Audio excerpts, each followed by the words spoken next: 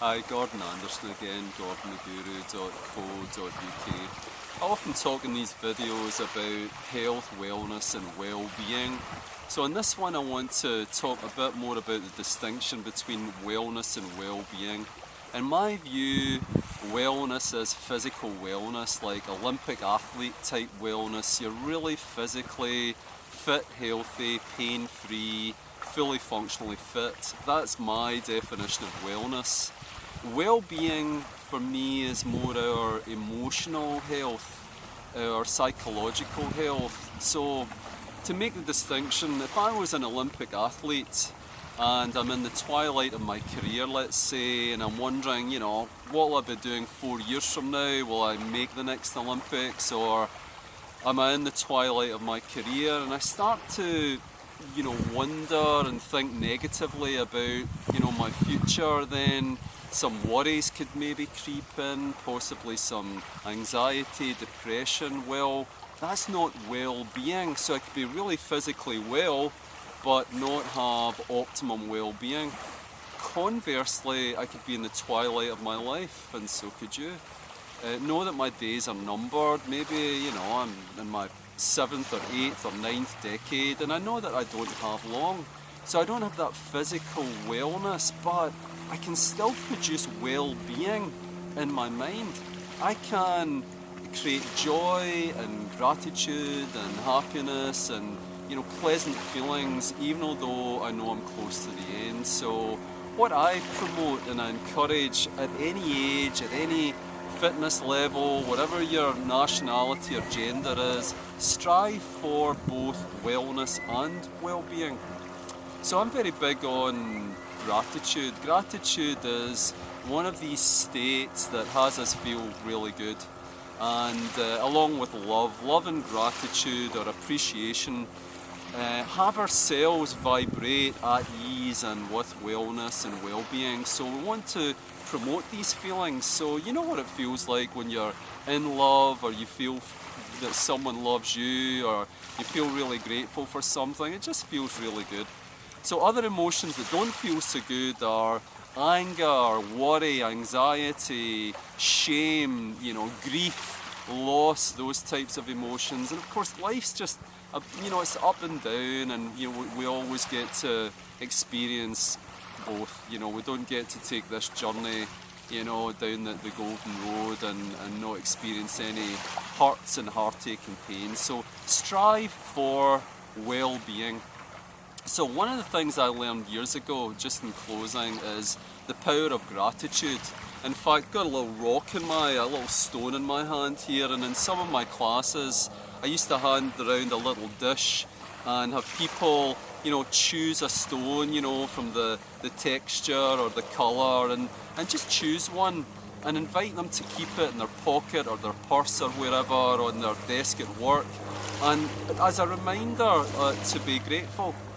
Call it your gratitude rock if you like. In fact, on my Facebook page, if you've seen it, I've got it's decorated, it's a big rock, and someone's put the words gratitude on it. So it's a very good emotion, and we can choose to have it. I mean, what are you grateful for right now? Think about it, ask yourself, what are you really grateful for? Do you have fresh running water? Do you have electricity? Are you in the 70% of the world's population that earns less than $2 a day? Or are you in the 30%? There are so many things to be grateful for. And one of the things that serves me really well, and that I've shared with so many people over the years, and I've had people say to me, that one thing made a huge difference in my day. And it's when you get out of bed in the morning, when one foot hits the floor, say to yourself, thank, and when the other foot swings round, say you. And as you head towards the kettle or to the bathroom or wherever you're going, in your mind, just silently with each footstep, say thank you, and feel those feelings of gratitude and appreciation for just being alive and being safe and knowing that you have shelter, and start to focus on these things, and it'll promote your well-being. Rather than look out the window and notice that it's dark and raining, for example. So tee your day up and have something that reminds you to be grateful, whether it's a little rock or an affirmation on your desk. So in closing, you may also notice I've got this bottle of water in my hand. You know, first thing to remind myself as far as this is concerned is, I don't have to walk miles to a well somewhere like a lot of cultures do to locate water. I can buy it by the bottle like this, or fresh from the tap, and I can fill the kettle. I have an abundance of water, and I'm really grateful for that.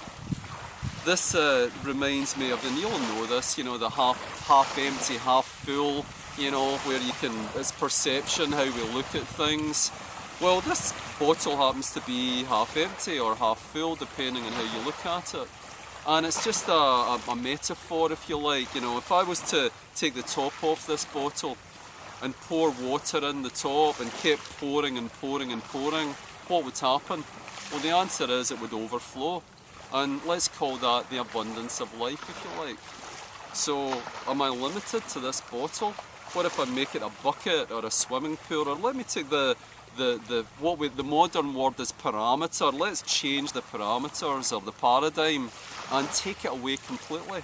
So I could actually, if I was able to do it, pour the Pacific Ocean into this bottle and it would overflow, wouldn't it? And the Atlantic Ocean and the Mediterranean Sea and all the water of the world could pour into this bottle here. And we'll call that the abundance of life.